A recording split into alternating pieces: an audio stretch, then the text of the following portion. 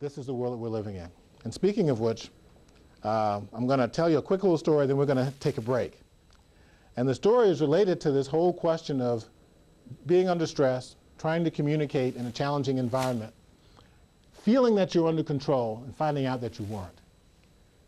And it also relates to, remember I told you before, if you go home, you try something that we talked about, and it works, question whether you were just lucky.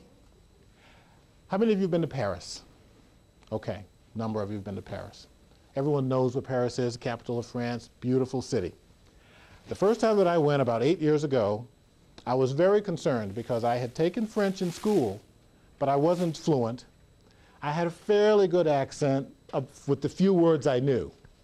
And I told myself, darn it, I'm going to speak French the whole time I'm there. I'm just going to do it, you know?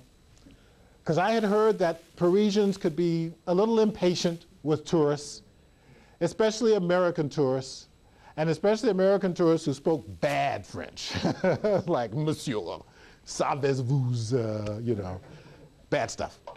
So I kind of worked on my pronunciation a little bit, and I also, because a lot of my background is psychology, I decided I've solved the problem of French arrogance. It's not really arrogance. What it is, it's this impatience with arrogant people, with Americans who come over and expect that everyone's going to speak English and are frustrated when they don't. So I said, I'm going to speak French, and I'm going to get sympathy.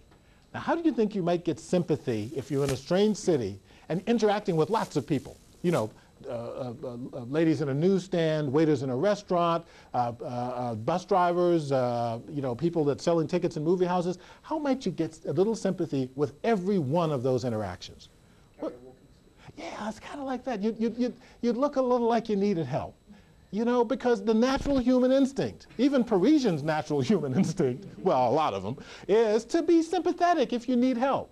Now, I didn't carry a walking stick. That was a bit much. But then you're an Aussie, so I could understand why you might have done that.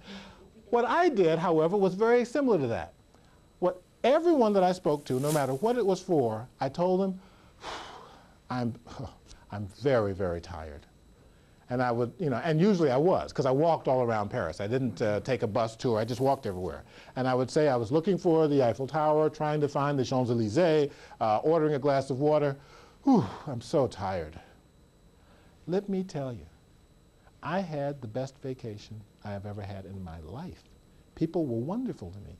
I would ask where the Champs-Élysées was. They wouldn't just say, là. They would take me there.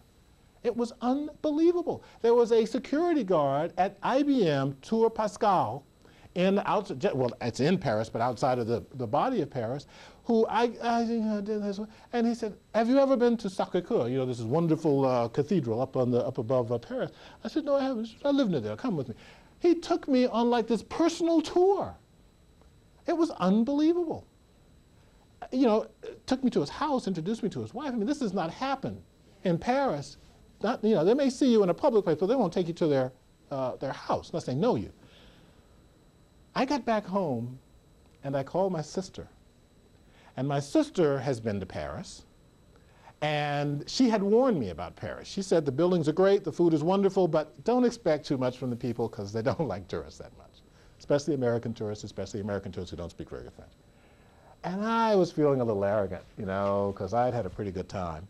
And I said, well, Gloria, I had a great time.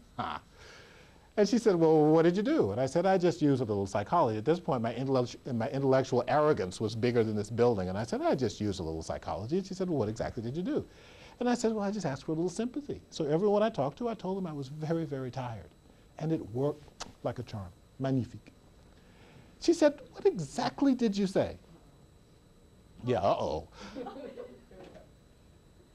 And I said, you know, if I was looking for the subway, the metro in Paris, I would say, Madame, Monsieur, savez-vous où est le métro? Savez-vous, do you know où est le métro, where the metro is? Now, anybody here speak French? Okay, you're going to know this before. Well, I probably told this one last year. Yeah. And she said, okay, well, that's great, but then what did you say? Then I said I was very, very tired. She said, no, but what did you say en français, in French? I said, Madame, Monsieur, savez-vous où est le métro? Je suis très, très fou. Right. What I thought I was saying What I should have been saying was je suis fatigué, je suis fatigué. I am very fatigued. What I said was je suis fou, which means in French, I'm very, very crazy. And this is a true story. You can't make this stuff up. I spent 3 days telling everybody that I talked to. I mean everybody. People that I met sitting in a theater, oh, je suis très fou. And I had a great time.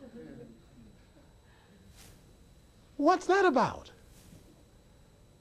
What's interesting about it for me? Yeah, I said, well, I have no idea. I'm going on a break in a minute.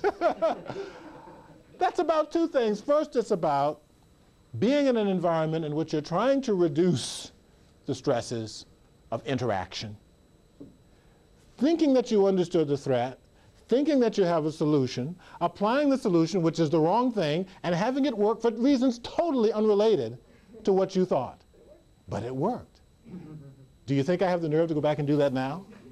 No way. I wouldn't be believable. I couldn't say that with a straight, couldn't do it. Just couldn't do it. And maybe it was a combination of thinking I was saying I'm very tired and saying, it's kind of like, oh, I'm very, very crazy. You know? I couldn't do that again. But it worked. But it worked. And what I want to leave you with before we go on the break, and then we're going to continue a little bit when we get back, is that most effective communications, virtually all effective communications, on whatever level, on the level of a corporation or on the level of an individual, is damage control. And what do I mean by that?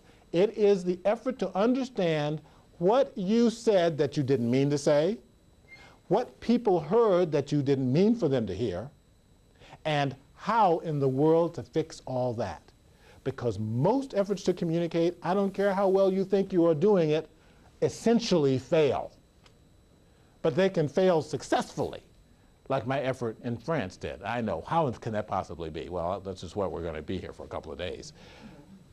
The challenge most of the time is that communications doesn't work.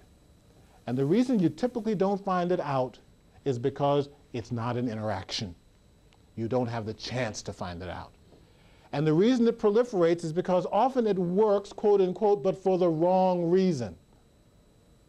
And often you can feel in control of a situation in the way you communicate because things have worked for reasons which you have no idea of, but in a critical circumstance they won't work. And that's very upsetting.